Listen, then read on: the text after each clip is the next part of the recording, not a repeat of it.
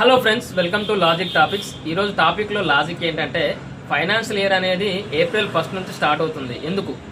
ఏదైనా కొత్త సంవత్సరంలో స్టార్ట్ అవ్వాలి, జనవరిలో స్టార్ట్ అవ్వాలి కదా. సో జనవరి కాకుండా ఏప్రిల్లో స్టార్ట్ అవ్వడానికి రీజన్ ఏంటంటే, దీనికి కొన్ని సంవత్సరాల క్రితం ముందుకెళ్తే మన భారతదేశంలో బ్రిటిష్ వాళ్ళు రాకముందు మనకంటూ కొన్ని నెలలు ఉండేవి, హిందూ మంత్స్ ఉండేవి. చైత్రమాసం, వైశాఖం, జ్యేష్టం, ఆషాఢం, శ్రావణం, కార్తీకం, ఇట్లా 12 నెలలు మనకు కూడా ఉండేవి. మన వాళ్ళు అప్పుడు ఏం చేసేదంటే కొత్త సంవత్సరంలోనే అకౌంట్స్ అనేది చూసేది. ఆ కొత్త సంవత్సరం మనకి చైత్రమాసంతో స్టార్ట్ అవుతుంది, దాన్నే ఉగాది అనేది మనం. సో బ్రిటిష్ వాళ్ళు వచ్చిన తర్వాత వాళ్ళు ఏం చేశారు, వాళ్ళు చేసిన మంచి పని ఒకటి ఏంటంటే, మన వాళ్ళు ఎప్పుడైతే అకౌంట్స్ చూసారో వాళ్ళు కూడా అదే టైంలో అకౌంట్స్ చూశారు. చైత్రమాసంలోనే అకౌంట్స్ చూశారు, కొత్త సంవత్సరం స్టార్టింగ్లోనే. వాళ్ళ లెక్క ప్రకారం జనవరిలో చూడలేదు.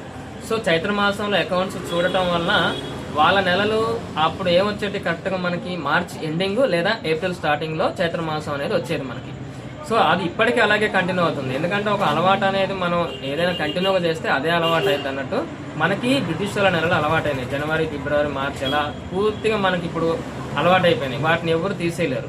సో ఫైనాన్షియల్ ఇయర్ అనేది మనకి మార్చి నెలలో వస్తుందనే కానీ అసలు అనేది చైత్రమాసంలో వస్తుంది, ఒక కొత్త సంవత్సరం స్టార్టింగ్లోనే వస్తుంది. సో దానికి లాజిక్ ఏంటంటే ఇదే. మీకు ఏదైనా లాజిక్ కరెక్ట్గా అనిపిస్తే కింద కామెంట్ సెక్షన్లో రాయండి. అలాగే వీడియో లేకపోతే ఒక లైక్ చేయండి. Thank you friends.